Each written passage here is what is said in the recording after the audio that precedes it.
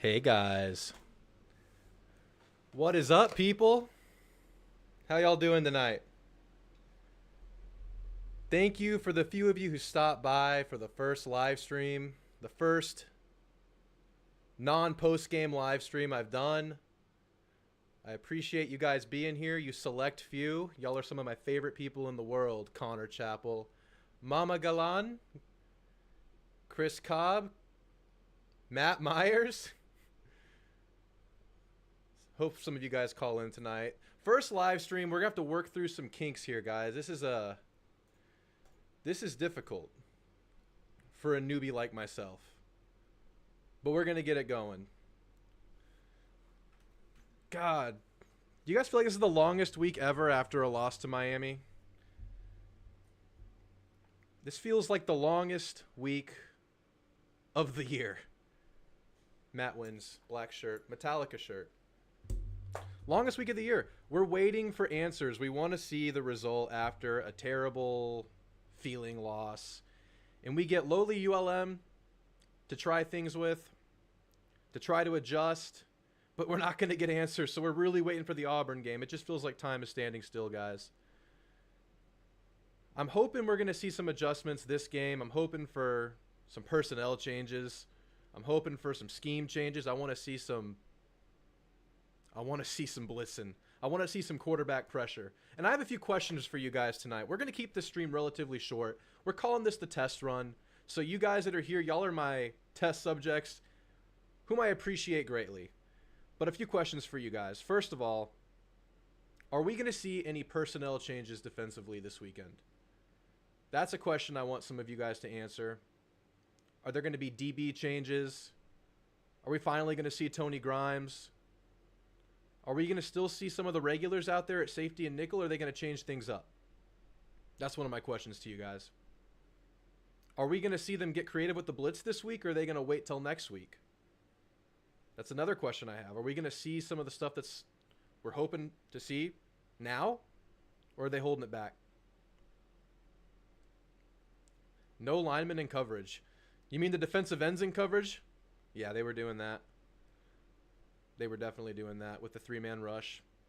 I have another question for you guys. Why can't this defensive line get pressure on passing plays? I mean, I know Miami has a really good offensive line, but it really seemed like they were just getting stonewalled. I mean, what were they coached to do there? That was really interesting. Yeah, we want to see Grimes, right? Jimbo did briefly mention that Grimes might be hurting. Yeah, experiment this game. What up, Asian Persuasion? Welcome in. Ben, how's it going? Yeah, might as well start it now. I want a score prediction from you guys this weekend. I'm thinking it's another blowout. I'm thinking it's going to be pretty easy. Diggs and Overton in coverage. They were doing it the first 2 weeks. They've done it both games so far. Dropping the defensive ends back. I get it. That's a zone blitz, but you didn't blitz. You just dropped them into coverage and rushed 3. So that was interesting.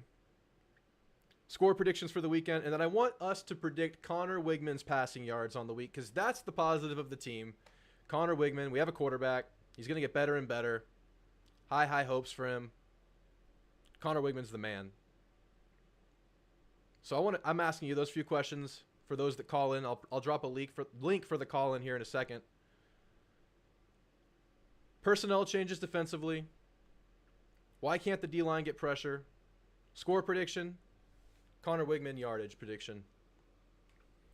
I'm going to drop a StreamYard link in the chat, and you guys can go ahead and click that link, and I'll get you guys on the show. This is your show, and hopefully we'll grow this show over time. I don't expect it to be like an on-fire, hot show to start. But as we get the conversations going, as we get things going, I think this show can grow, guys. I think we're going to give you guys the opportunity to have the floor. I really want you guys to vent as well, because I know we have a lot on our minds right now after some of the coaching stuff and whatever.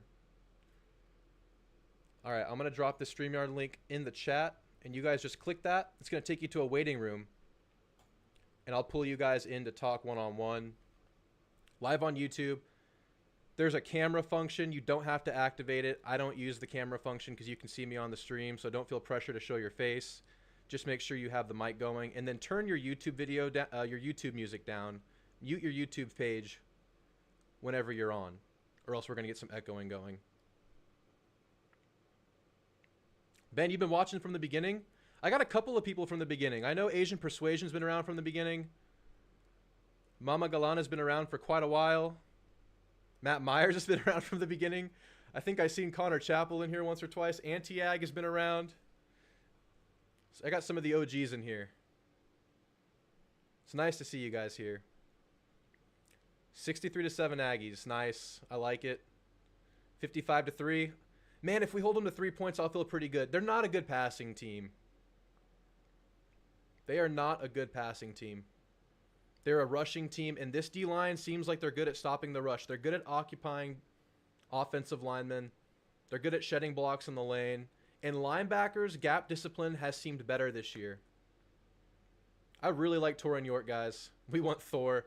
Guys, I have some bad news about Thor. I think Thor sprained his arm. Yeah, thanks, Asian Persuasion. I went on a Miami content creators channel last week. Coach Coop, good guy.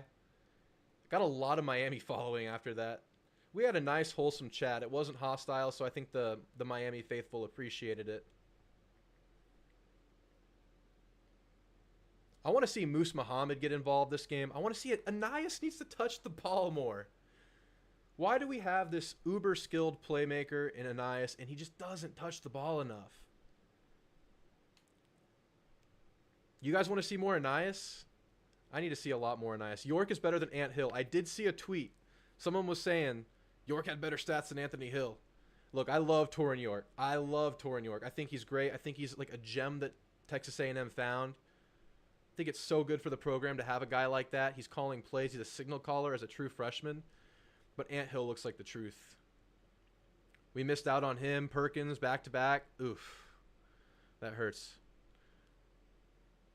I mean, we would love to have him. Yeah, we need to see more Moose. We need more Moose. We need more Anais. Those are two things I'm calling for in addition to the defensive stuff. Any takers for the call-in? Matt Myers, you were at the Texas-Alabama game this weekend. Do you want to give us some of your experience?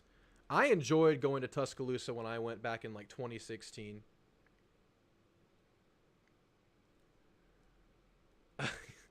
Lash, if ULM beats Texas A&M, your buddy gets all-time bragging rights about every single thing you'll ever interact about. Everything. That's all-time bragging rights if that happens. Thoughts on Evan Stewart? Superstar stud. Really good. Needs to clean some stuff up. You're going to live and die by it right now, like not selling out for those first downs. That was kind of frustrating. I want to see more Anais. Yeah, me too, Mama Galan. Me too. Yeah, but Evan Stewart's the truth, man. He's just a playmaker. He has really good hands. He can do a lot with the ball in his hands after the catch. I mean, keep him involved, but get Anais and Moose involved. I need to see it. I really want to see a lot of these receivers get involved. Noah wasn't involved till later in the game. He had that touchdown super late when they were sagging back in coverage. Really like this receiver group. You know, what do you guys think about the tight ends? What do you guys think? I feel like they're showing some promise. Definitely miss Donovan Green. Definitely miss him. All right. Matt Myers is about to jump on stage. What's up, Matt? How you doing? You're muted, Matt. Unmute. There you go. Matt, you with us? Try that again. I can't hear anything right now. You can't hear it. Matt, what's up? Oh, there he is. Hey, Drewtamu, I have a question for you. So yes, I was at the Alabama Texas game. I was tailgating with a bunch of Alabama fans, and we were all very. We had everybody had the A&M Miami game on because obviously that's a SEC West rival. Oh God. And we were. I stopped watching at halftime because we were going into the game, and it seemed like A&M was controlling that game, but I did see at the end that they let Miami get some points. What happened in the second half? Because the way you made it sound, I didn't get to watch it. The way you made it sound is like it wasn't even a close game in the second half, but it felt like A&M was controlling that whole game. So what was it? Defense? I mean, I saw that one touchdown at the end where that DB like just headbutted somebody and let him run away. Like, I feel like you just want me to revisit this. I feel like you just want me to talk through it. Okay, so what happened was Tyler Van Dyke had a lot of time to pass. He's a really good quarterback. They have pretty dang good receivers, and they made it happen on our DBs who were having a bad day. So we had DBs having a bad day. We had no pressure on Tyler Van Dyke. Their offensive line seemed to get better throughout the game. Our pressure seemed to get worse throughout the game. I mean, you can't give a guy like Tyler Van Dyke forever to pass. And that's what happened. He had forever. He had a long time. And they just kept diming on us, and we couldn't tackle. And it was just a perfect storm. It was mostly defensive. I felt like the offense consistently drove. I felt like the offense was consistently getting into at least field goal range. We missed a field goal. Are we worried about Randy Bond yet? I'm a little worried about our kicker because he's missed two field goals this year already. And I don't know who else we have there. But yeah, it was pretty rough. How are those Bama fans? I went to Tuscaloosa in 2016. They were super sweet, surprisingly. They showed a lot of respect to A&M. They talked highly of us. Of course, at that time, we're only 3 years removed from Johnny Football. What was your experience with the Bama fans? man, they were like the nicest fans I've ever been around. It's because they don't know us yet, like that. They don't hate us yet. I don't think. Just wait. But a lot of horns down. I mean, every school loves to do horns down. Bama was no different. It makes it fun though. I like it. It's a nice little icebreaker just to talk to people, which is fun. But they were all so nice. They all said, "Welcome to Tuscaloosa. Hope y'all are enjoying it. How'd y'all get here? Where are y'all from?" They were all. And then when we beat them, you're looking around the stadium and you can see these old like Bama fans, and you feel kind of bad for them because they're not used. They're such a spoiled fan base. They're not used to losing at home. And you see them, and they were still like graceful in defeat. Most of them, besides like the frat boys, they were like, "Congrats on the win."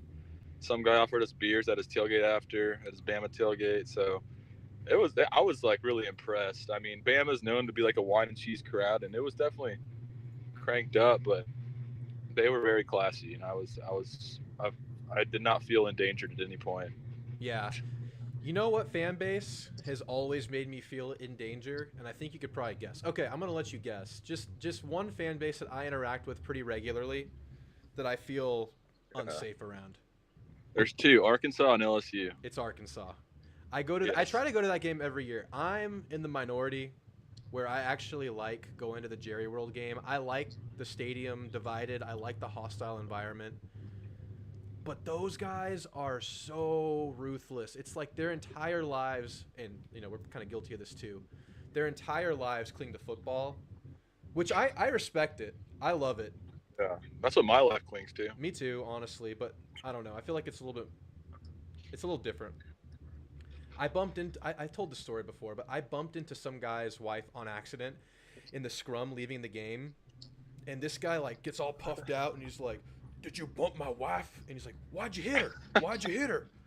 And I was just like, "Oh, I'm sorry. I didn't really hit her. I just kind of walked into her." And he's like, "Yeah," and I just ran away. But they're crazy, man. And I was walking out of the stadium once. This is a different season, not the time this angry hog went after me. And I was walking out, and there was like this fan, like mean mugging some other fan, and he just comes up and he sucker punches him, but he misses and he punches him like in the back of the neck. But then he follows up with another punch, and the dude's like gets a bloody nose. But the weird thing was, it was an OU and a Texas Tech fan, and I don't know what they were doing there. We were walking away from the game, and it was an OU and a Texas Tech fan punching each other. So that game it's wild. I enjoy going to the game. It's a really weird environment. A lot of people are typing LSU in the chat. I really want to go to the LSU game this year. I really hope we have something to play for by that game, because I don't know if I'll go if we don't, because it's a lot of money. I didn't hit her, Connor. I bumped into her. It was an accident. Yeah, it was It's a rough scene out there. But LSU I've heard is just as bad. And going there, I mean, we're due to win there. I feel like we're due to win at LSU this year. How were those fans when they went to Texas? Oh, I didn't like them. They were pretty trashy, very cocky. Which I mean, I get it. They've won recently, and they had a really good team that year, of course. But yeah, now Arkansas. I went to Fayetteville in 2021, and yeah, I agree. That was the trenches. I felt unsafe. Like just even like Friday before the game, just like using the restroom, Yeah, just like getting harassed for like no reason. yeah, yeah. So I know. I kind of want to go there. I want to experience it. I mean, it's kind of fun. I don't usually instigate or anything, but all right. Before I let you go, you're not an Aggie, but give me a score prediction for A&M versus ULM. Did you already do it? Just give it to me, even if you did it in the chat already. yeah, I put 63-7, but that defense needs to wake up. I think Durkin was always a questionable hire. I think it's a fireable offense to give up 48 to Miami. So he's coaching for his job week in, week out. I think you fire him if it gets ugly within the next 2 weekends defensively, and let Elijah Robinson call the entire defense. Ooh, I think a lot of Aggies would like that in principle. Now, I don't know if he has the chops to be a play caller. We legit don't know. He's never done it. But I think we would like that in spirit at least. But yeah, it's looking like the end of the line for him. That's why I made the video. It's like the last chance. Oh, another question I wanted to ask people. What do you think our record is from now until Alabama? That's ULM, Auburn, Arkansas, Bama. 4 games.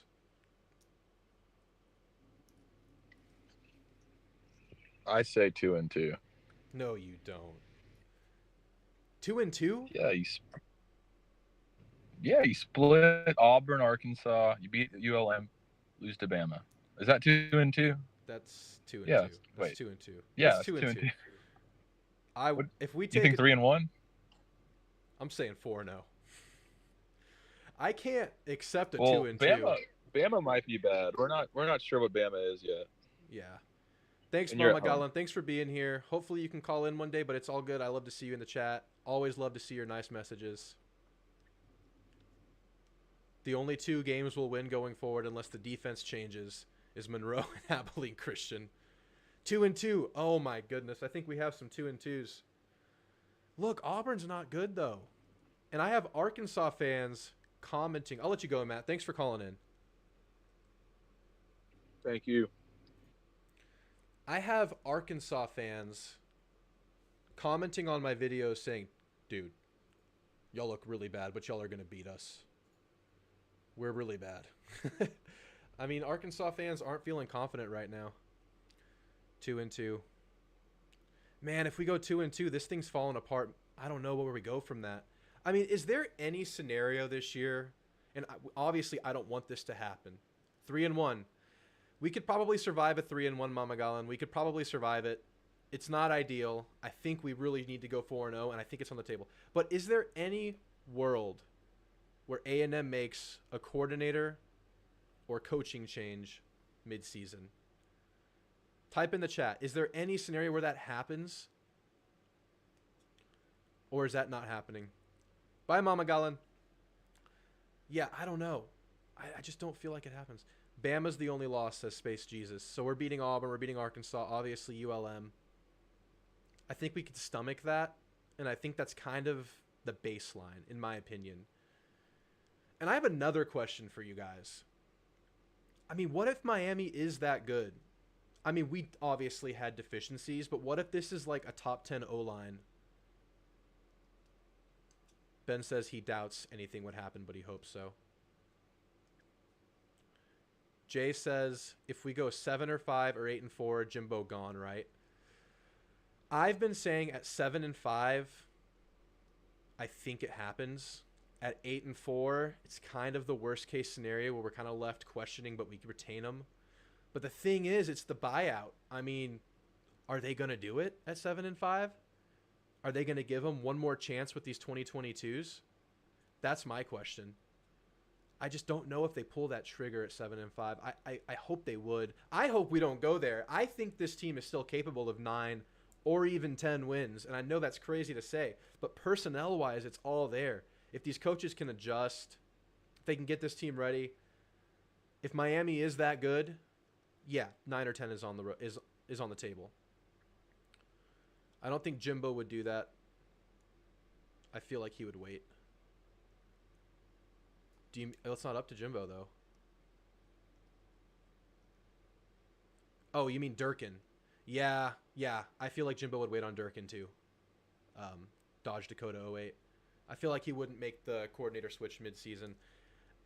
I actually think that just Jimbo has a lot of pride. Jimbo's stubborn. I think he chewed Durkin out. I think there was a conversation. There was just something wrong with the pass rush, whether it was the blitzing, whether it was the type of blitz, it was the looks, it was the technique by the D-line, it was the D-line not being ready. We lose on Saturday. If that doesn't cause someone to lose his job, I give up. Well, I don't think we're going to lose Saturday, but hey, if it happens, yeah, off with his head.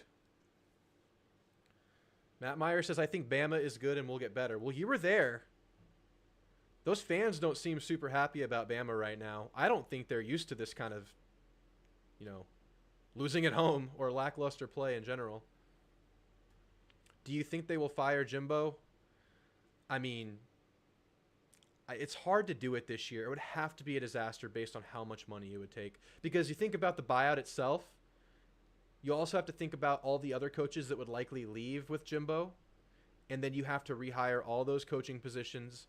You have to pay some other coach.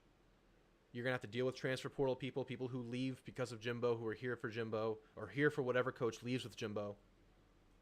It's more than just the buyout. And I think it would have to be catastrophic this year. I think at 7-5, it's on the table. I would lean towards it not happening at 7-5. I think at 6-6, that's where it's like, okay, it could happen.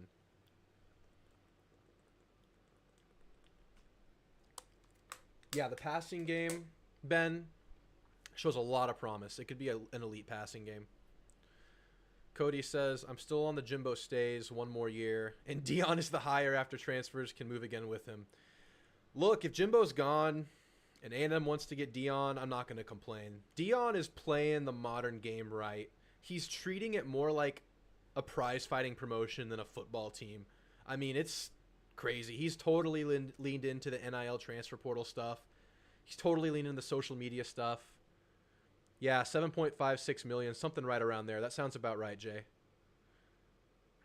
Space Jesus asks, is the full amount of the buyout due, or is it a smaller lump sum up front and the rest in payments? I don't know the answer to that, but it's all due relatively up front. I don't know if it would be like a contract like you would see in like the NBA or whatever where they split it over time. I don't know that. But the total is due. The total sum is due. There's no portioning unless they come to some agreement. I've heard both. I think the buyout is doable if the lump sum in payments. Yeah, I don't know. That's a good question. I would not know that, but I would think it's a lot better if it's in payments.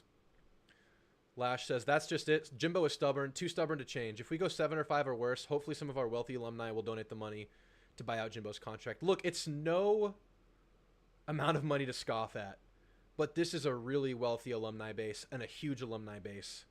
If they really want it to happen, they can make it happen. But I think it looks bad on the program. I think it looks bad to recruiting. I mean, so does losing, though, so pick your poison. We just really need it to work out, in my opinion. And I know it hasn't looked good, but that's what I'm banking on. Dion is too cool for A&M is cool, dude. You don't like the yell leaders? Come on now. Dion is too cool for A&M. He'll be at LSU or Florida. I could see him at Florida for sure, especially with, dude, I've been calling him Blue Chip Billy, but it might be Sunbelt Billy. Sunbelt Billy falling down the toilet. Yeah, might time out well for him. Look, my guy has been Durkin. If I'm not, erase that from the record. My guy has been Elko. I mean, think about the way all the A&M players, former players, current players talk about Mike Elko, the way they tweet about him, the way they talked about just trusting his scheme. It's impressive. The players love Mike Elko. Duke is doing it. Duke is looking really good. Any Clemson fans in the chat who had to deal with Duke this year? Say something if you're a Clemson fan in the chat. I think there might be one. Mr. Cheeks, what did you think of the Pulse, a.k.a. the DJ Durkin HR hit job? Okay, so I'll be honest. I didn't watch the Pulse. I find it really hard to watch it after a loss. I'm gonna watch it eventually. I haven't watched it yet, but now that you say that, DJ Durkin PR hit job. What does that mean? I want to go find out. I might go watch it after this stream now. Dang. Jay says, I think the poll showed the beginning of the players losing trust in Jimbo. Ah, man. That's rough. I can see Dion at Florida so he could play Florida State and beat them. Yeah. Being a former Knoll, he'd love that. Did you guys see when Dion basically said, I'm not a Knoll, I went to a HBCU. And he basically rejected the fact that he's a Knoll? That must hurt the FSU fans. I mean, he's like the Florida State Knoll. That was pretty crazy. But yeah, that'd be great to see him coach against the Knolls. Knolls don't look like they have a vacancy anytime soon, so it makes sense. On the Pulse, they were hyping Durkin up. Maybe they'll call in. Anti-Ag, call in. Mr. Cheeks says they made DJ Durkin look really good. I guess that makes... They're just trying to save face. I know. I know. I'm sure they did that. And then Jimbo said he's a great coach. It's so funny. Jimbo has a way with words, man. He said the words, he knows what he's doing about DJ Durkin. Well, obviously he knows what he's doing. You hired him. It's kind of weird that you would choose to say those words. He knows what he's doing. I mean, either you're thinking it or you're seeing what we're thinking, but I don't think you read the social media stuff, so maybe you're thinking it. I don't know. Cody says, I like Elko also, but everyone else always talks about wanting a CEO head coach. I feel like Dion is more of that than Elko. Yeah, Elko definitely seems like a defensive head coach. I like the idea of a CEO head coach. Maybe at a program like A&M, Elko would be more willing to outsource some of that stuff. I mean, it just seems like he's a great fit. He knows the program. Everybody loves him. I mean, I'd be all in for Elko. Support Jimbo. You're on with Drew. What's up? Hey, what's up, man? Hey. Hey, I just got to say, I've been a diehard Texas A&M fan since 2018. I think we're being a little too hard on Jimbo. Okay. Okay.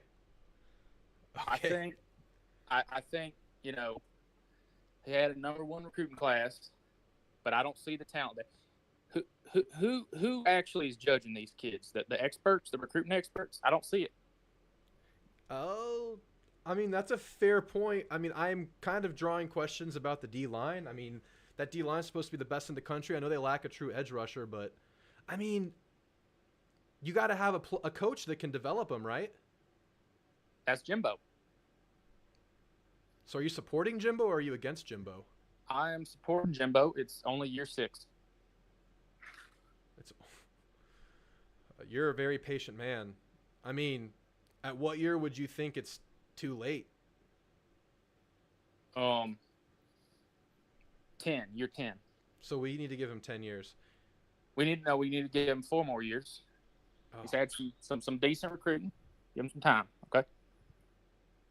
Yeah. You're bringing up some great points there, as Matt says. I don't know, man. What if A&M goes 6-6 this year? Year 10, like I said, keep him. So you just drag it. You just drag through it. You drag through it, man. Oh, it's only year 6. Listen. I would rather lose with Jimbo than win with a man like Deion Sanders. Oh, so Deion's not A&M material. Is that what you're saying? No, Deion is pure evil. He's corrupting the great sport of college football. He might be paving a new path for college football. I appreciate the sentiment, but I'm gonna have to disagree with you on some of those points there. So you just expect Jimbo to win right now? I expect him to win 9 or 10 games with all the talent that he has, and having been here for 6 years to establish his culture, his facilities, his coaching staff, his terminology, his ways. That's an interesting point, but I disagree. Okay. What team are you? You're an Aggie? Yeah, I've been a lifetime Texas A&M fan since 2018, since Jimbo. Big fan. I don't know if you're telling the truth there, sir. Support Jimbo. That's your name in StreamYard. It seems like you have an identity about just supporting Jimbo. Yep, that's my name. I All live right. by that name.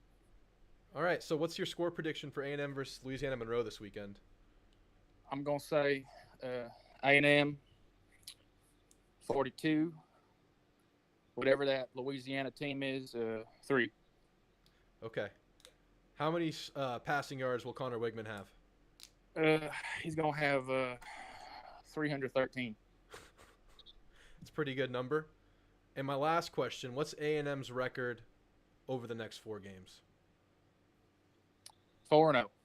And if it's 0-4, I'll still support Jimbo. Well, thank you for the call support, Jimbo. You have a great night, and good luck with that, sir. All right. See you later. Thank you. Did that just happen? Okay. Okay. It's I have no words. Since 2018, Asian Persuasion. Yeah, he's been a lifetime A&M fan. I was talking to Jimbo. That might have been Jimbo. That was definitely a Jimbo impersonator, or maybe he was in Jimbo's family. That guy was related to Jimbo. Was that Jimbo's brother? He was a lifetime Aggie from 2018. Oh my gosh. Don't even bring up the Sumlin numbers. That stuff depresses me. Yeah, Jimbo Fisher had the same record after 5 years as Kevin Sumlin. Sumlin was fired after 5 seasons. He was a bargain compared to Jimbo. Yeah, but I would say that Jimbo has better control over the locker room. And I don't mean to make this a bitch about Jimbo Session. That's not my intention here. Was that Jimbo's son, the one that's decked out every single game? I don't even remember where I was going before that. I'm still thinking about that last caller. That was pretty astonishing. Sumlin is 3 wins ahead of Jimbo as of now. Okay, yeah, that's where I was going. I was going to say that it seemed like I would say that Jimbo has better control over the locker room than Sumlin did. Cares more about his players, but we have a lot of off-the-field issues. I mean, Shamar Turner's the latest one with the reckless driving. I mean, we've had a lot of that stuff.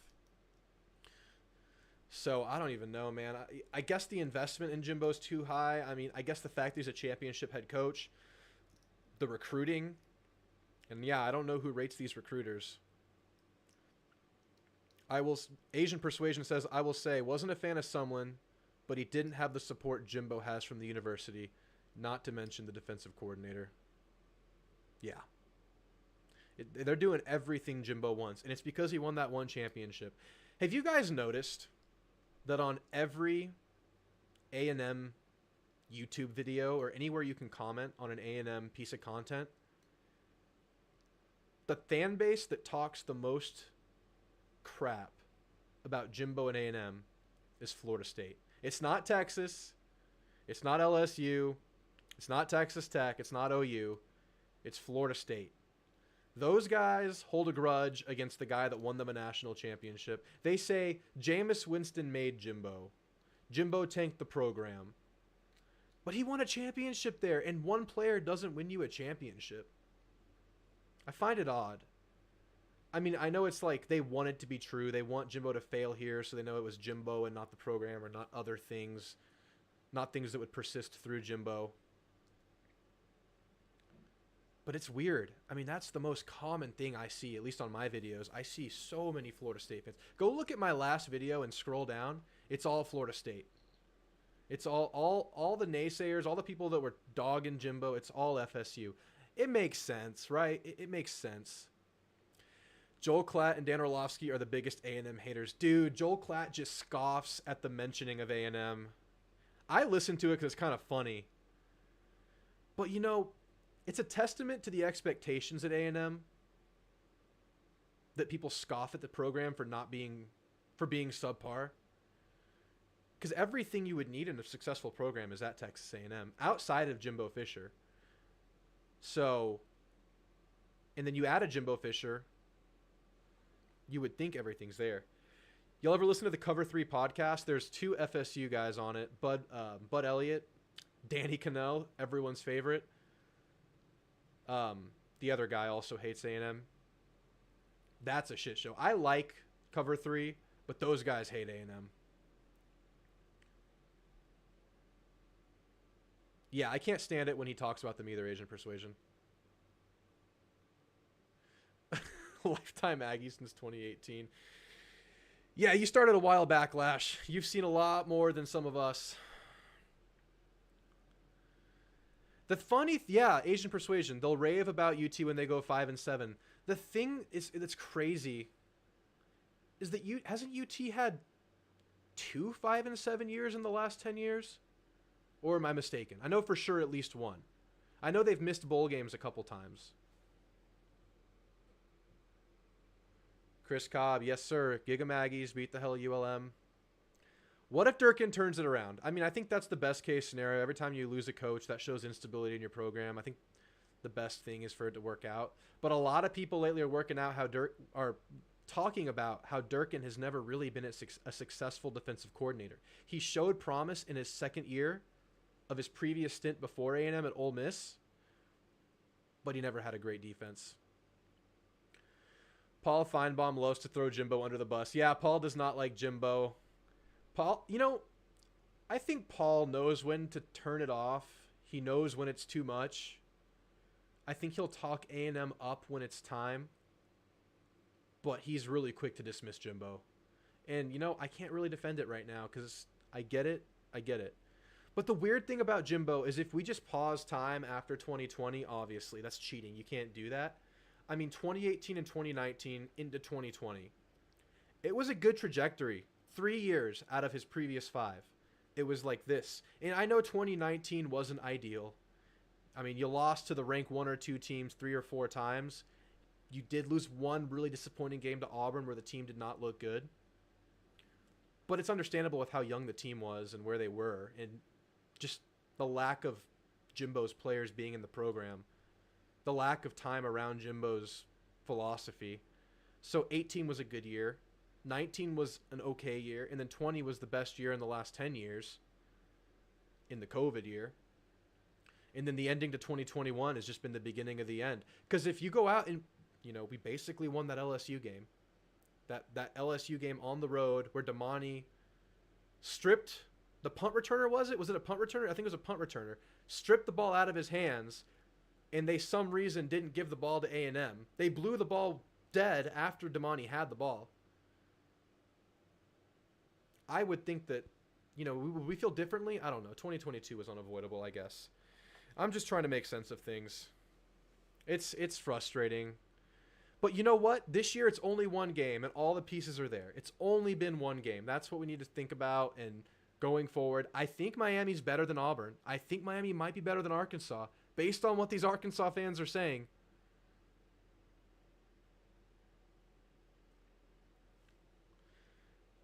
If Texas A&M moves on from Jimbo Fisher after this year, they should go after Willie Fritz at Tulane. Anyone who can win at Tulane should be a world beater at A&M. You have a point there, Lash. Cody says, anyone notice how much Paul Feinbaum has been down-talking Saban since the loss? It makes sense. I think Saban deserves to be criticized a little bit. They have pieces, and Saban will tell you this. He did say it in the Monday press conference. He says people are trying to make excuses, but no one's really just straight up pointing the finger at me. It's my fault, is what Saban says. I actually enjoyed the 18 season. We finished strong that year, plus Travion Williams breaking the all-time rushing record. Hell of a year, 2018. That set the we thought that set the tone for Jimbo's tenure. In 2019, obviously, couldn't get over that hump of beating those top teams. But yeah, 18 was awesome. Whenever you end the year with a win versus LSU, you're going to a bowl game, you're going to feel pretty good. And you win the bowl game, cherry on top. We could ask for that this year. Look, if it's an 8-win season, but that 8th win is at LSU, you win that game, and then you win your bowl game, going into next year when these 22s become upperclassmen, I think that's one of the 8-4 scenarios where we're feeling okay. Would you guys agree with that? Tell me in the chat if you agree with that. That's something I've been thinking about, actually. Space Jesus says, in before all the Big Ten fans say COVID year doesn't count for our records. Yeah, that pisses me off. That makes me angry. Oh, half the teams were under 500. They all played each other. It's math. Of course they're under 500. It was a round-robin schedule. Idiots. Miami is definitely better than Auburn and Arkansas as of right now. Yeah, I feel the same way, man. That O-line looks really good. Really, really good. Tyler Van Dyke is really good. Those receivers are better than I thought they would be. Not just the top two, but they had like 3 or 4 guys that were pretty dang good. Mr. Cheeks, why would Jimbo go out so sad? Is this his last stop as a head coach? You'd think he'd do everything not to tarnish his legacy. I would think the same thing. These head coaches are prideful, stubborn people. You don't make it to the top without a little bit of pride, man.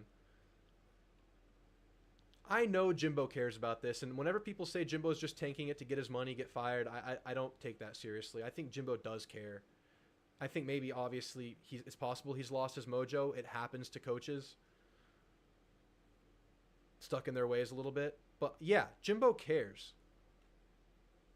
And no, if Jimbo doesn't make it at A&M, I don't think he'll ever be at a top program again, but I think he'll coach somewhere, and maybe West Virginia, where he's from. I think he's even hinted at it, which is weird.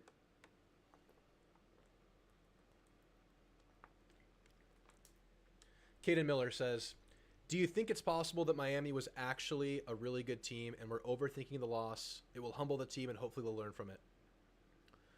Okay, yes, I think actually all of that is true. I would project that all of that is true. I also think that there were some decisions or coaching schematic things that weren't ideal in that game, which is why it's frustrating. I think we could have stomached a loss more if it was like a 33-42, or that's not even a big difference. It just felt like the defense was really out of it, and that feels really bad. But yeah, definitely. And I think this has a chance to be like that best thing that ever happened to us loss. Based on the talent of this team, based on this being year 6 of Jimbo Fisher, based on this team not wanting to bend over after going 5-7. Yeah, that's exactly right, Caden. Auburn looks like they have a solid defense, but still no offense. Yep.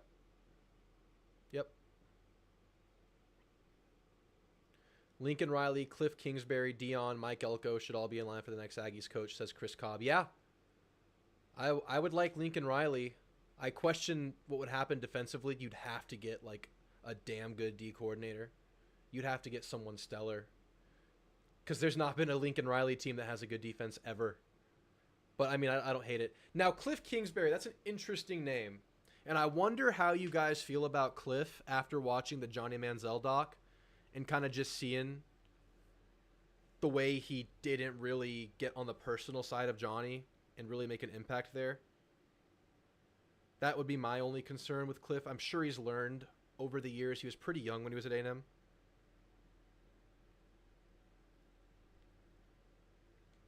But I do like the idea of Cliff Kingsbury a lot. I really like that. I haven't thought about that name. Dion, yeah. Mike Elko, yeah. We've talked about them. Yeah. I mean, sure. I would take Dion. I would take it. It's so exciting.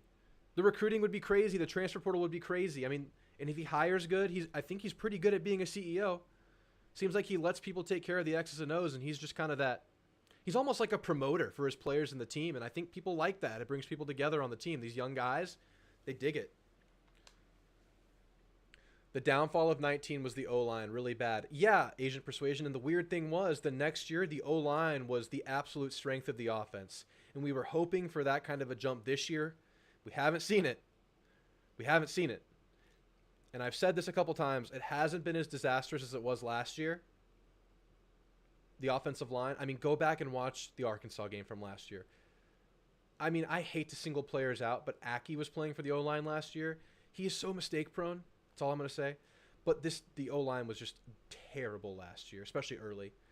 It's better than that this year. I've noticed a lot of issues between Bryce and the left guard. Some issues with the young right tackle. Trey Zune's getting better, still mistake prone here and there. But I think it's the kind of stuff that can improve over the course of a year and become better. I don't think it's a lost cause. That's my opinion. But yeah, O-line was terrible in 19. Chris Cobb says 67-3 over Louisiana Monroe. Dude, I'd be so happy with holding them to 3. I'd be so happy. I think this offense could be damn good, like so good this year. They should be able to put up at least 50 this game. My score prediction, and I said last video, was 52-10. I think we do the same score as game 1. I think that's a pretty common score. I'm playing it safe, guys. Dion brought back a dead program. Yep. Only 8 likes. Pathetic. Yeah, if you guys could like and subscribe, I would appreciate it. I hate to ask, but I have to. It's the only way we can grow this thing. So if you guys are here, you haven't subscribed, if you could, that would help. Like it. That would make it more visible to people. Thank you, guys. Thank you guys for asking for likes in the chat, by the way. That's nice of y'all. Colorado looks improved, of course, but I also think they beat 2 bad teams. True. Especially Nebraska. True. They have a worse offense than A&M. Yeah, man. Oh, my gosh. Nebraska. What a historic program to fall. Is there another program that could fall like Nebraska? I mean, is Nebraska ever going to come back? It's sad. I like to see. That's a classic program that you love to see in big-time games. Thanks, guys. The likes jumped up. I appreciate y'all.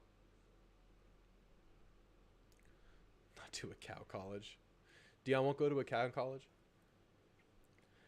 Okay, don't even get me started with Ruben Fothery, Asian Persuasion. I don't know what's going on. He's healthy enough to play. He played. He played. He played in the first game in garbage time. Like, what is going... He's not healthy enough? Did he regress? Is he out of shape? It's my big question, man. It's my big question. Yeah, it feels like Fothery is just what the doctor had ordered here. And if you get Fothery back for whether it's Zune or Basantis or whatever, probably Basantis, think about how much deeper that makes your O-line with Basantis off the bench. I thought Crownover didn't look bad when he played last game at right tackle. Crownover off the bench. You have Dewberry coming off the bench. We have to have a Dewberry conversation. How did he get beat out after being arguably the best offensive lineman last year? That's a question I have. Naboo must be good. I saw some mistakes, but, you know, he looks great physically. Caden says, 1,000% agree. Defense was upsetting me a lot. I think our secondary just wasn't on their game at all, and we were getting absolutely no pressure on TVD, which is crazy because our D-line has so much skill. Yeah, that's one of my big questions today for you guys that just got into this stream. Why can't this D-line get pressure? I know we don't have an elite edge rusher, but we have some pretty good edge rushers. They didn't really give Eni White or Scylla a look, and I feel like specifically Scylla gets a push on third down. He gets close to the quarterback. He gets hurry-ups. I'd like to see more of them, but I don't know how they practice. If they don't practice well, they're probably not going to play. Yeah, man, we can't just let the quarterback sit back like that. Unfortunately, Auburn is improving. We will have our hands full. We need to sell out for that game. It's a must-win situation, 100%. We got to sell that game out 100%. That's the one game day that I'm not really going to take full part in because I have a fall wedding that day. That's all I'm going to say. But I can watch the game because it's at 11. It just got announced, so I'm happy about that. I subscribed the first time I watched your podcast, and I've already liked this session. Thanks, Lash. I really appreciate that. Nebraska is a dumpster fire. Yep. Connor, you're a Nebraska fan, aren't you? Per usual. Children of the Corn. Nebraska's still a long ways away of being back to dominant. Yeah. Basantis definitely struggled. Yeah. He struggles making the right calls. He did struggle physically against Miami. Miami only put up 48 against Bethune-Cookman. They probably let their foot off the gas. I think they had 35 or 28 in the first half. Thanks, Jay, for updating us. This is my first time operating a live stream. I have no bandwidth for anything else right now. It's kind of crazy. I have like 4 screens up right now. But it's not that bad once you get into it. This is going to get smoother and smoother, guys. Children of the Corn. White or Scylla didn't play at all. I know, man. It's so surprising. They must be bad in practice. I don't get it. That's one of those things I don't know, man. If you go watch that LSU game, Scylla was getting pretty good push. He's so quick and he's long. I know he's small. He needs to still fill out. Even as a second-year guy, he needs another year to fill out. But, man, situationally, I'm like a Tyree Johnson kind of a guy. Which team has the worst name and why is it Nebraska? Cornhuskers. They husk the corn, man. It's realistic. D-line is all 4 to 5 stars, inexcusable. Yeah. Bad D-line play is mostly scheme. Yeah. There's no confusion. There was no... Miami's O-line looked like they knew what was going on at all times. There was no confusion. The twists are very slow. If you watch some of A&M's twists, D-line twists, no blitz, just twists, people are getting lost and kind of just like, not lollygagging, but just kind of not going at it with conviction on these twists. These shifts, I mean, there's just no confusion. These O-linemen are just blocking straight up, and with a good O-line, you're not going to beat them despite how good your D-line is. Bad deal. Yeah, it's scheme. Yeah. Why is no one calling in? Yeah, y'all don't have to call in. I know it's a lot. It's pressure. We'll do this a lot more in the future, and if y'all want to call in later, that's fine. I'm going to post the link, last chance. It's all good if you don't want to call in, guys. We'll do it in the future. No worries. I'm not afraid of Auburn considering how they played Cal. Yeah. I mean, it becomes the most important game on the schedule now. I mean, we're game to game right now until we get a little bit of a cushion. I'm okay with 2 to 3 losses on the year, but you can't afford one right now. The morale of the team would tank. The opinions of the team would tank. People would lose trust. You got to get a winning streak going, and you have to beat Auburn, and it's a very winnable game. A&M should beat them by a couple touchdowns. I'm going to say that now, 2 weeks out. We're already previewing Auburn, guys. Are we looking past ULM? Is ULM going to sneak up on us? No. I blame the defensive scheme. Asian persuasion, yep. I love Nebraska and all things corn, but they suck. Corn is still good, though. We need to see White and Silla on third downs, 100%. Maybe both of them. Fadil Diggs, he's good, but I don't know, man. How do y'all feel about Fadil? I grew up in Illinois. I know a high school with a worse name than Cornhuskers. How would you like to be known as the Hoopston Corn Jerkers? The Hoopston Corn Jerkers. Who cares about the practice of their good in games? Good point. They need more confusion, 100%. We have a new caller in. What's up, Condor? You're on with Drew. Well, hey there. I just came in to talk to you about Sean Strickland beating Israel Adesanya on UFC 293. Is this the wrong? You called into the wrong podcast, my guy. This is not. Well, shit. This is not Drew. What is this? I mean, this is not Drew UFC. This is Drewtamu. Tamu, like A&M University. Yeah, the Ags. Well, shit, I got a little bit of grievances with them, too. What the hell's going on with their defense, bud? I don't know, man. DJ Durkin. I don't know what's going on with our defensive coordinator.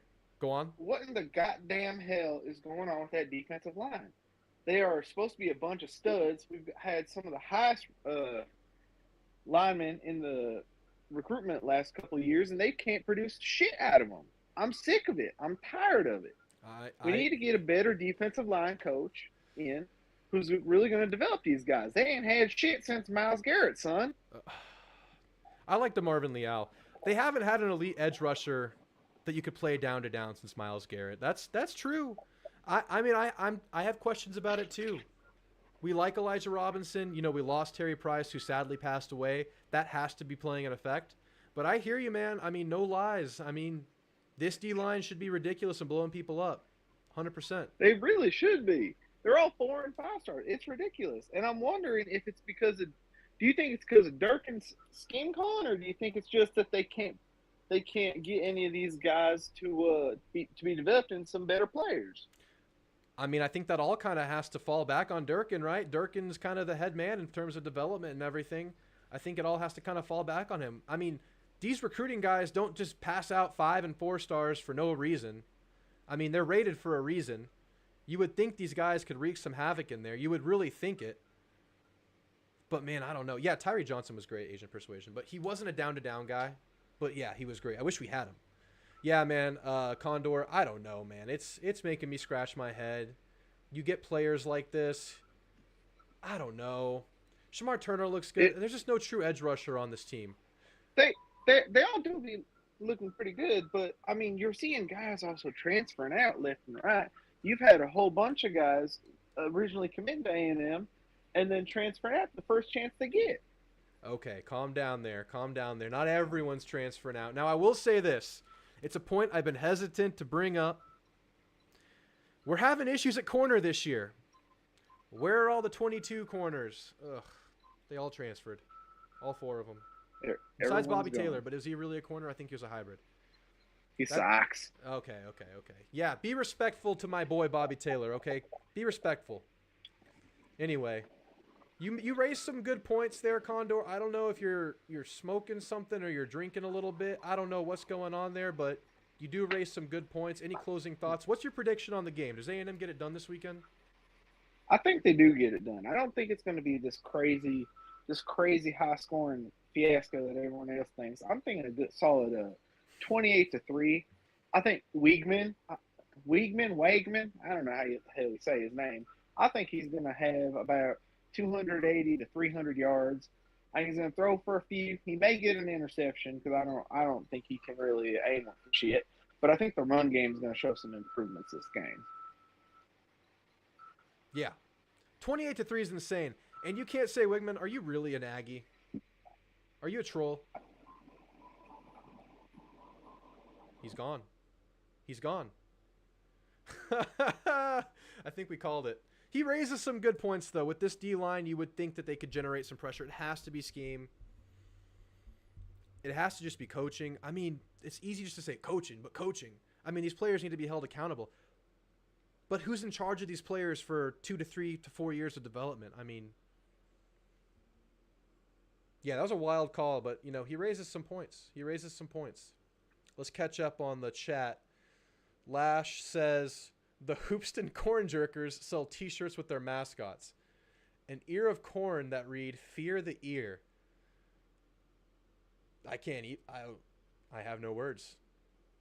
How could you be taken seriously? Yes, Asian Persuasion. Tyree Johnson was so solid, so reliable. Third down threat. I mean, think about him versus Bama in 21, man. That comes to mind. I would have thought the passing of TP would have them dominating. Yeah, me too. I really would have thought the same. Says Cody. Asian Persuasion says, it's one problem after the other. We bring in Petrino, and now we're having problems on D. Shake my head. I know, man. We're feeling good about the offense, but now it's the defense. It's like there are just holes developing in the ship, and we're just patching them, and then it comes out somewhere else. Patching them. Are we going to get it right? Are we going to go buy some Flex Seal? Are we going to go just paint it all over the sides of the boat and then seal this thing up? I mean, if it's not one thing, it's another. You're right. It's only 2 games. Give them a chance. But it doesn't look good. We should have brought in an edge rusher from the portal.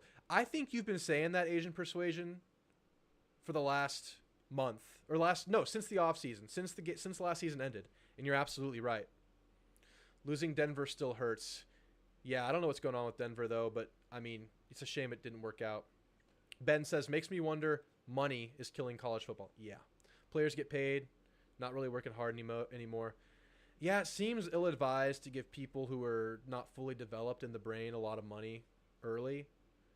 I don't know. It feels like there needs to be more structure to it. I'm not here to get into all that. I maybe will in a future time. I haven't thought through my opinions totally on the NIL situation, where it's basically just paying players to go to your school right now is how they kind of do it. So I've heard. That seems ill-advised. But yeah, you're right, Ben. Chris Cobb says, Durkin needs his walking papers. He hasn't done shit any place he's ever been at. Yeah, that's been the lingo. He showed a little bit of promise one year, his second year at Ole Miss. We have more strong side defensive end than we do edge rushers. We have a ton of strong side defensive ends. We tried to make LT Overton a defensive end, and it doesn't seem to be working. He hasn't really had a huge impact on the season yet after leaning up and everything. Yeah, we have a lack of high-end edge rushers. You're absolutely right. We have D tackles. We have hybrids. We have strong side defensive ends. But we only have like 3 edge rushers. And we're not really even trying 2 of them. So it's like, ugh. I noticed your shirt. Have you ever seen Metallica? I actually went and saw Metallica live in Arlington at Jerry World about a month ago. It was awesome. They just turned 60. They still rock as hard as ever. Age is just a number. Those guys killed it. I loved it. As of right now, Shamar Turner is our best edge rusher. Absolutely, and he's definitely a hybrid. Yeah, he has a crazy motor, man. He has a crazy motor. He reminds me a little bit of a more hybrid style. I'm blanking on his name. He's on the Jets right now, but you know who I'm talking about.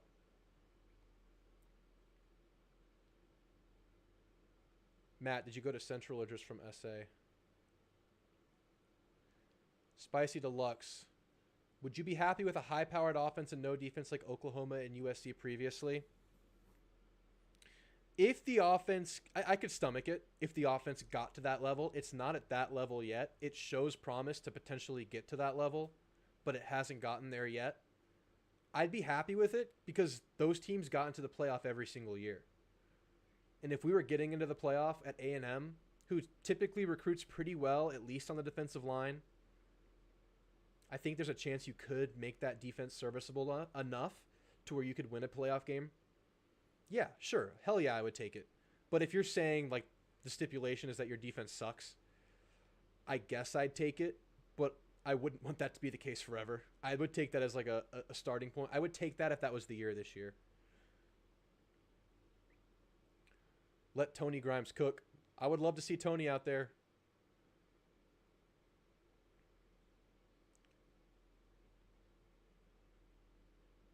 I thought Durkin was decent at Florida back in 2012. He was the D coordinator there. I don't remember much about that stint, but was he good? Was he still, like, super conservative? Interesting. Michael Clemens. Thank you, Asian Persuasion. Yeah. Reminds me of, like, a poor man's Michael Clemens, but he's developing. He could actually turn out to be a pretty damn good player. I'm worried about the arrest. I heard we're handling it internally, whatever that means. Hopefully that just means suspension against Louisiana Monroe. That's what I hope. You got to give these young guys a chance. He didn't hurt anybody, didn't kill anybody. He endangered people. Run him.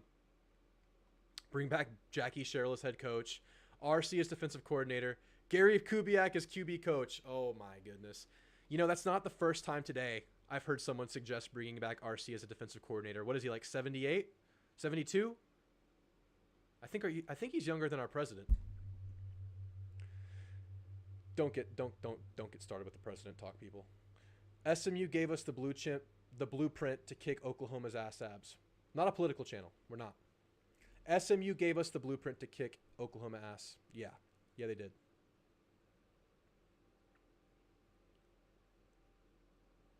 Yeah, just like 2013, it had a terrible defense. It doesn't really cut it in the SEC, does it? Hey, SEC's down, though. Maybe it will this year. If A&M beats Auburn, they'll go 4-0 during the stretch. Yep. I wouldn't take Lincoln Riley's defense. I wouldn't take Lincoln Riley's offense if it meant taking his defense with it. It is written offense wins games, defense wins championships. Look, I would take it this year because I don't think this year's team was a championship roster yet. I think it could get us into the playoff if we had that Lincoln Riley, Oklahoma, USC kind of a team. I don't think we'd win the upper echelon games. And I would take that this year, knowing what's coming back next year. But if you're saying our one shot, like next year, our best shot was that Oklahoma USC style team where it's all offense, no D, I wouldn't want that. Love RC, but hell no. Yeah, exactly. Is Texas for real? Oh, do you want me to answer that? This is an Aggie channel. We don't talk. We don't swear here. Sheesh, I don't know. Tennessee away is going to be a very tough game. I'm chalking that up as a loss, so that's why I really want to win these next four. And you lose that game, no shame in it. You're still feeling okay after beating Bama, Arkansas, Auburn. Is Texas for real? Guys, do y'all think Texas is for real? I mean, I'm an Aggie. It's in our blood to hate Texas. They look pretty good. I mean, I'm not going to just be delusional about it. They look pretty good. They were the first team they were the first good team that got a crack at the worst Alabama team in 20 years. Okay, 15 years. They're the first team that got the crack. They're the first ones that got to beat Alabama at home. I think it's going to happen several times this year. I think Alabama's a 3-loss team, but Texas got them first. They get that badge of honor. Congrats to Texas, but they have to go through their their farewell tour for the Big 12. They already have a huge target on their backs every year in the Big 12. That's amplified this year, trap game after trap game. They have one mulligan now that they beat Bama. They can lose one game and still make the playoff. So that being said, I have to say Texas is for real. As much as it sucks for recruiting if A&M can't get this season together. But if A&M can put together a decent season, we're going to still go toe-to-toe with them in recruiting because A&M's the obvious choice over Texas every single year. I saw Petrino riding his Harley in College Station. There was a Yell leader sitting behind him. Oh, yeah? I hope he doesn't come in with a neck brace. Texas played Bama at the best time since they're still trying to develop Milroe. 1,000% yes, Asian persuasion. Absolutely they did. But they still got him. On the road, they get that badge of honor. The team better deliver enough to keep Wiggy, or my biggest fear of losing him to a certain team in the West lacking a quarterback would come true. Don't even go there. Don't even go there. Slocum will turn 79. Yeah. Yeah, too old. I don't think Bama's that good this year. Bama 8-4, 7-5. Look, I can't say it's that crazy. I can't say it's that crazy of a prediction this year. You know, they have the talent, but lacking so much on offense, explosive weapons, a quarterback, an offensive line that has been subpar so far in the year. I mean, it's not easy. Their schedule is obviously not easy. Even in a shaky SEC West team, every weekend is a challenge. You're not talking crazy there, 8-4, 7-5. You're really not.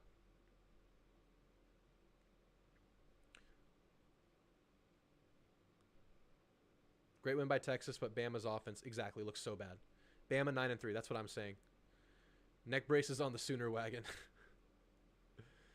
Jimbo's still the first assistant to beat Saban. He can say that. Everyone like and sub. Yeah, everybody like and sub, guys. I'm going to have to shut it down here in a second. We're going to start doing these more and more. Make these videos longer because I think it's fun to interact with you guys, give you guys a platform to chat. If you want to call in, you can call in. Thanks for the callers today. I don't know. Well, it was kind of these callers were crazy today, but I appreciate it. Bama loses to us, LSU, and Auburn. Yep, I can see it. That's 4 losses, by the way. That's crazy. Saban would be asked to retire if they went 7-5. It's on the table.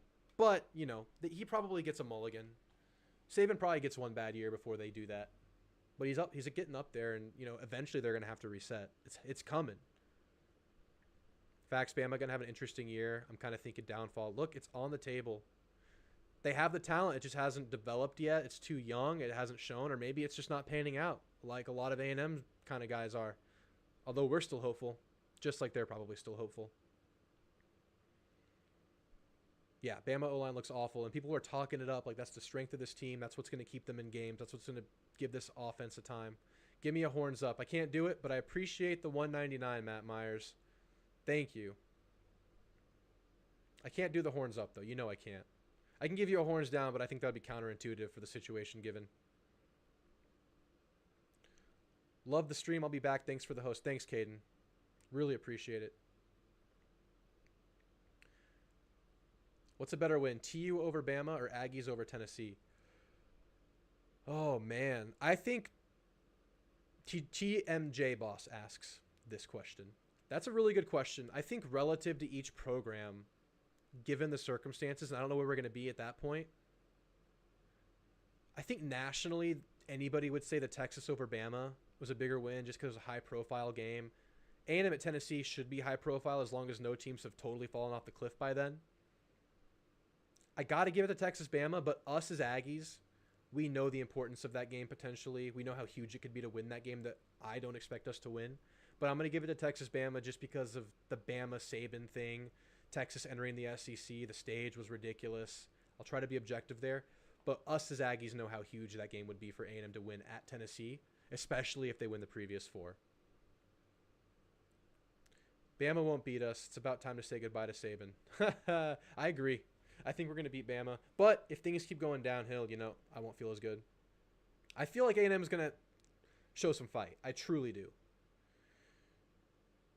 Durkin finna catch a 1-2 Mike Tyson style if he don't fix his defense. Look, I am betting that Jimbo gave him a verbal Mike Tyson 1-2. I almost guarantee that there was a very stern conversation there. I have to believe it. Or someone got their ass chewed. I've heard in these coaching rooms, it's not all sunshine and rainbows. It's not all just, friendly sunshine and rainbows. These coaches have that mean streak about them. In the hierarchy, the guys that are higher in the hierarchy, the head coach, the coordinators, those guys chew out position coaches. They chew out down all the time. All the time. I've seen it happen. Saban 70. He's in his 70s. I don't know if he's 70 exactly. Am I going to a game this year? I went to the opener. I'll be at Jerry World.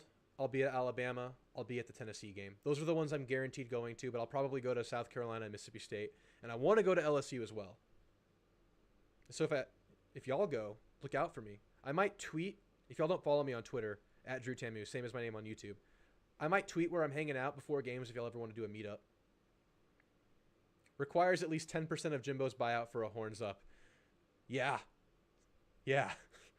That's correct, Todd. I'll take a 10% of that buyout and I'll do whatever you want me to do. Hire Elko back as HC. Yep, that's what I'm saying, Big Cass. That's exactly what I'm saying. If Jimbo doesn't work out, that's my number one guy. 100%. But I think Jimbo working out is in everyone's best interest, as much as we hate to say it. I don't hate to say it. I actually like Jimbo, but I'm going to call a spade when I see it. Things aren't looking good. But I think it's in everyone's best interest if Jimbo works out, because the turnover in today's day and age in the transfer portal NIL era, it's more than just the coach. You're talking about a full rebuild. And if it's not a guy that can really make a turnaround in the transfer portal like Deion Sanders or Lincoln Riley, it's going to take time. And I don't know if Elko's that guy. I think Elko's a good long-term guy, for sure. And I would be all about it if it doesn't work out. But we'd have to deal with some lumps. And he shall saw the horns off the wicken. Psalms 75:10. Yes. Horns down. Horns down, baby. Behind closed doors, Jimbo definitely said something. He had to have. That's his job. You know he did. Back the Brinks truck up to Mike Elko. Yes. Get Bobby a motorcycle and a grad student. I'm for whatever works, as long as it's consensual and legal. I'm just kidding. I don't want to do anything scummy. San Antonio, Texas, Ag 1. Our offense looks better, but not good enough to carry the load of the play of our D. 100% correct. We were gifted 14 in the Miami game. And we were one-dimensional against New Mexico. Long season if it doesn't step up. Yeah, you're definitely right. The running game needs to develop. I saw some sparks of it early in the Miami game, but nothing explosive, some 4-yard gains. But we need a running game, 100%. And the offense can only do so much against some of these upper echelon teams we're going to play. All right, guys, I'm going to get out of here in a second. Those of you who just joined the stream, I'm going to ask you guys the couple of questions that I asked at the beginning of the stream. See if you guys can answer in chat before I get out of here. So first of all, score prediction for the weekend. I'm 52-10. Texas A&M wins and covers over ULM. The spread, I think, is 36.5. A&M covers that. We do another 52-10. Nice, predictable, easy score. I'm going with it. I'm playing it safe. I want to be right. My next question. Predict Connor Wigman's passing yardage. Do it. I want to hear it. I'm going to go 280, but only on 25 or less attempts. Kind of like Monroe. Those are my two big questions. I want to know. The offense looked better, but the defense couldn't stop a kid on roller skates in the second half. I know, man. I know. No neck brace for Bobby and his grad student. They're playing it safe now. They're not getting in accidents. A&M blown out by Miami. I mean, yeah, the score wasn't good. 56-13. Says Spicy Deluxe. I like it. 339 yards, says Matt Myers. That'd be awesome. Hopefully under like 35 attempts. That'd be a stellar day. 375 yards. That'd be an amazing day. Because he's going to if he hits 375, that means A&M probably blew him out, covered, and that means he probably sat down in the fourth. So that means he got 375 in 3 quarters, which we'd feel so good about this offense taking the next step because everything would have to work for that to happen. I would love that. Next week, A&M fans are chanting, "We want Bama." Not just yet. We got to get through Auburn and Arkansas. FSU is in a G5 conference. Yeah, you missed it, Slinger Knoll Nation. Earlier I was talking about how the fan base I see the most regularly that's not a rival of the team talking trash to Texas A&M are the Florida State Seminoles. Yeah. Slinger, that guy you're talking trash with, Matt Myers, that guy's a Longhorn. 56-7, Wigman goes 378 yards. Dude, that'd be such a good day. That means he got rid of it. He got the work done early, and that would be just stellar. Lash says A&M 40, ULM 3, Wigman 300 yards, and they pull him in for Max Johnson. So you're saying he takes care of business, they pull him out. Okay. Oh, I like this one by Philip Mixon. Is Moss healthy? We don't know yet. Hopefully. I love Le'Veon. I think he has so much potential. 59-0. Max Johnson with 210 yards off the bench. And I like that they give Max passing looks when he's in the game because you never know when you need him, and you got to keep him fresh and in rhythm.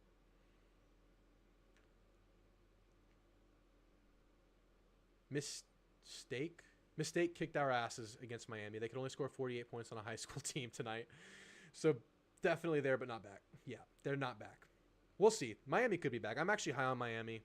I don't judge them for only putting up 48 points, but you might have a point there. Jimbo at least won a natty. G5 Norvell will never sniff one.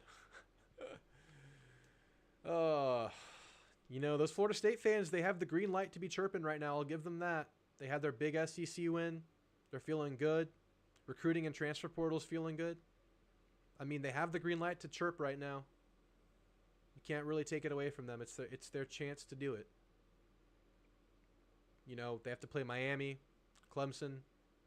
It's gonna be fun. It's gonna be fun to see what happens with the Noles. All right, guys, I'm about to get out of here. Any closing words? Any closing thoughts from the chat before I get out of here? Hope Miami wins out, makes the team look better. Yeah, it makes the loss look better. Yeah, me too, 100%. And I think they're really good. I think they're like a 9 or 10 win team. Whereas before, I thought they might be a 7 to 8 win team. And I know we had our downfalls, but I still think Miami looked really good despite our downfalls. I think Miami is really good. Of course, I want to believe that, but I mean, did you guys not think they looked better than expected? I thought they did. I know a lot of people didn't, but I really did. No closing thoughts, guys? Thanks, Lash. I appreciate it. Keep up the great work, he says. Well, all right, guys. I'm going to get out of here. One day till Saturday. Yes, we're almost there. College football is back. We have a full season ahead of us. Be happy. Be excited. Football is here. Ags are going to turn it around. I believe. Bye, guys. Have a great night.